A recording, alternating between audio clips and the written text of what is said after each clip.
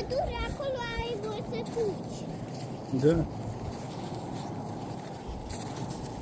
Eu sunt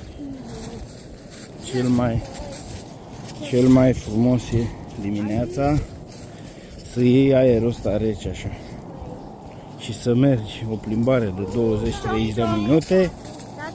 Cel mai mișto e, prin pădure mai ales, minus 90 grade sunt afară. Cioc, cioc. Cioc, cioc.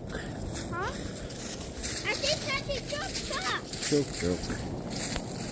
Cine acolo?